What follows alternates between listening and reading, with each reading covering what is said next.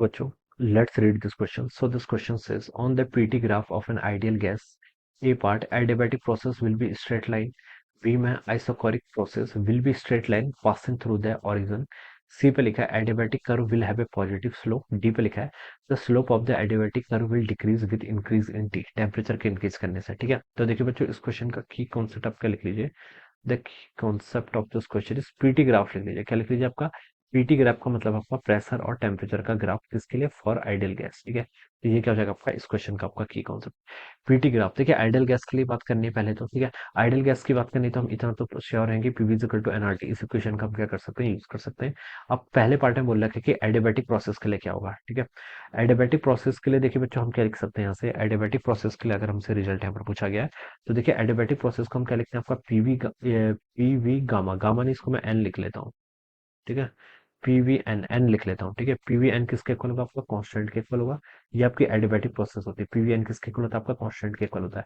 हमें यहाँ से प्रेशर और टेम्परेचर के बीच में रिलेशनशिप फाइंड आउट करनी ना, तो वॉल्यूम को रिप्लेस कर सकते हैं कैसे, एनआरटी बाई पी से, ठीक है। तो इस इक्वेशन में पुट कर लेता हूँ। तो वॉल्यूम को बच्चों मैंने क्या लिख लिया यहाँ से, NRT divided by P to the power आपका N, it is equal to some constant. ये क्या हो जाएगा, कुछ कांस्टेंट के इक्वल हो जाएगा।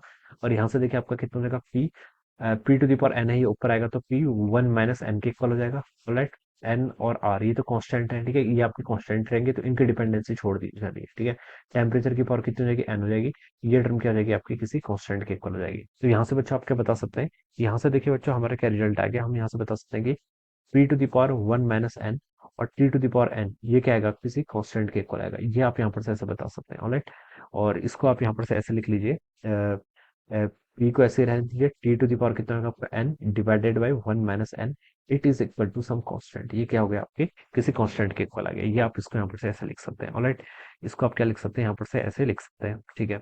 या फिर आप इसको देखिए ऐसा कर लीजिए, इसको राइट साइड लेके चले जाइए, तो पी की वैल्यू किसके इक्वल आएगी, ये आपका कुछ कांस्टेंट है, ठीक है। टाइम्स आपका देखिए ये राइट साइड चला जाएगा तो कितना होगा आपका, यहाँ से हो जाएगा आपका N divide by N plus, यहाँ पर से आपका एन, ठीक है। माइनस वन उधर हो जाएगा तो एन वन माइनस एन को आप एन माइनस वन लिख लीजिए, ये हो जाएगा यहाँ से। तो ये आपका प्रेशर और टेम्परेचर का रिलेशन आ गया।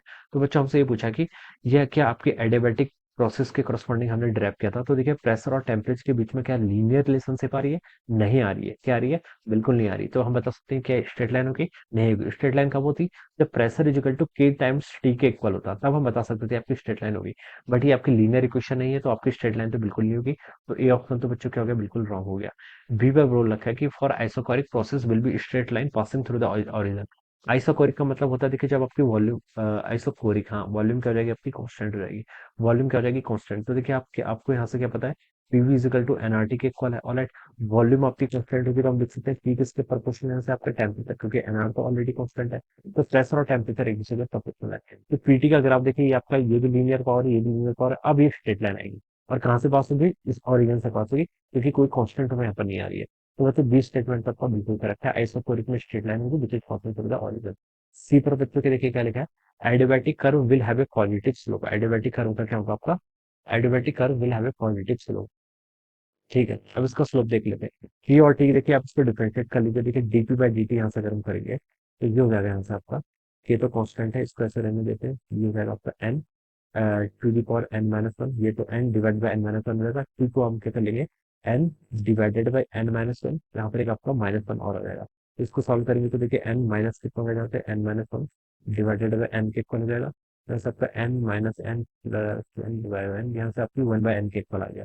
तो इसको आप यहाँ से ऐसे लिख लीजिए, के टाइम्स कितना है, N divided by N minus one, ये तो आपकी कांस्टेंट टर्म है। और यहाँ से आएगा टी टू द पावर कितना आपका वन बाई एन के इक्वल। तो ये बच्चा यहाँ से इतना आ गया, this is one DP by D T. ये क्या होगा आपका, डीपी बाई डी की वैल्यू आएगी है, तो इतनी, alright. This is DP by D. तो यहाँ ने पूछ रखा है कि adiabatic curve will have a positive slope. तो क्या ये स्लोप आपका पॉजिटिव होगा, ये पूछ रखा है। अब देखिए बच्चों, एन क्या होता है आपका, एन यहाँ पर हमने डिफाइन किया था, ये आपका सीपी बाई सीबी का रेशियो होता है और ये ऑलवेज ग्रेटर देन वन होता है। तो एन तो क्या आपका ऑलवेज क्या आपका ग्रेटर देन वन के इक्वल है, ये हम बता सकते हैं। तो एन आपका ऑलवेज ग्रेटर देन वन है, तो ये वैल्यू क्या आएगी आपकी, this value will be positive, ये वैल्यू आपकी पॉजिटिव आएगी। एन आपका ग्रेटर देन वन होगा, ठीक है। तो ये टर्म आपकी पॉजिटिव है और ये टर्म भी आपकी पॉजिटिव, तो इसका पॉजिटिव स्लोप रहेगा, बिल्कुल बता सकते हैं। N divided by N minus one, इसकी वैल्यू होल वैल्यू क्या आएगी, पॉजिटिव आएगी। एन पॉजिटिव है और एन की वैल्यू ग्रेटर देन वन है, तो हम बता सकते हैं कि ये पूरी टर्म क्या होगी, पॉजिटिव।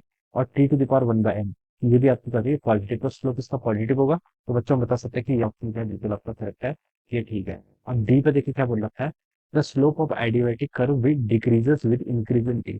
स्लोप क्या करेगा आपका, डिक्रीज करेगा विद इंक्रीज इन टी, जैसे जैसे हम क्या करेंगे यहाँ से टी को इंक्रीज करेंगे। तो देखिए बच्चों ये टर्म तो अभी आपका पूरा पॉजिटिव आ गया था। अब इस टर्म में देखिए, अगर जैसे जैसे आपका टेम्परेचर क्या कर रहा है, इंक्रीज करेगा, तो ये टर्म क्या करेगी, इंक्रीज करनी चाहिए, तो स्लोप भी तो बच्चे इंक्रीज करना चाहिए। लेकिन यहाँ पे लिखा है the slope of adiabatic curve will decrease, तो ये आपका रॉन्ग है।